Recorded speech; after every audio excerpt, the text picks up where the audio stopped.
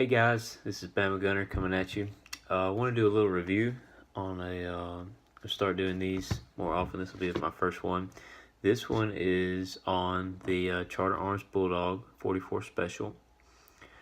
So I'm going to go ahead and show it to you. So this is your 2.5 inch basic model 44 Special. It's blued. You can get one stainless, you can get one tiger stripe, you can do all kinds. Find all kinds of ones. You can find the traditional one with the wood grips without the hammer shroud. This one is kind of your basic one, cheaper of them. Just want to do a real quick review about it and let you know what I think about it, how it shoots, things like that. So I'll give you some stats first. It's 44 special caliber. I like to use these Speer Gold Dot 200 grain. Also, Hornady XTP 200 grain. Pretty good. One thing I wanted to talk to you about before I got into some of the nitty gritty stuff like the statistics and everything is that it seems to shoot pretty low. Alright, I've seen this a lot of times. Other people have told me about it. Theirs shoots low. So I've kind of had a workaround for it. A lot of the ammo for it is in 200 grain. And it seems to shoot low with 200 grain, but 240 grain seems to be what this front sight post is angled for, or what it's sighted in for. Is 240 grain, and it hits right on the money. So a little workaround I did was a little automotive paint right here. You do about a little white stripe about halfway up, okay, and so when you look through it, you go by that. Or at least I do, and it seemed to really help me go by that, and I was hitting them dead on every time. When you're using 200 grain, when you do 240 grain, you use the whole front sight, and you're good to go on that. So just a little tip for you. It's for what it's worth.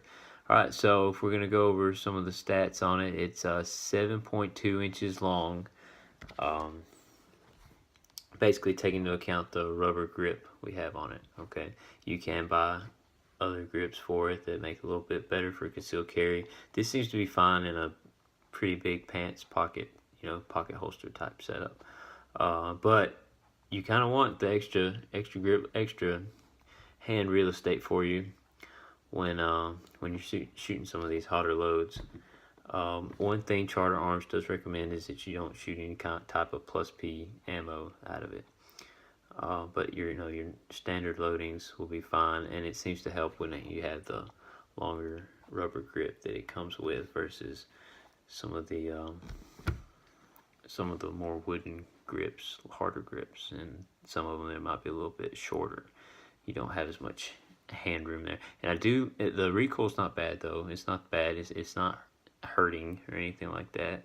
It kind of reminds me of a 45 ACP recoil, just kind of that slow pushback, nothing snappy like some wimpy people like to call certain calibers. All right, so 7.2 inches in length, 2.5 inches in the barrel length. Okay, so it's not really a snubby, but if you got a little extra room and you don't want to have to rely on like a little 38 special stub nose, this is not a bad, give you some different angles, this is not a bad way to go. Give you a little more firepower for what you got going on. Alright, it's 21.8 ounces. It's not a super light gun, but it's not as heavy as it looks. 5-shot, and overall, it's pretty good. I like it. It's one of my main concealed carries, and I think you'll be you wouldn't feel very undermanned or underpowered when it comes to that.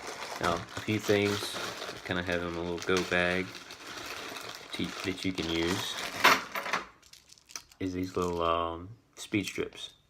They seem to work pretty well.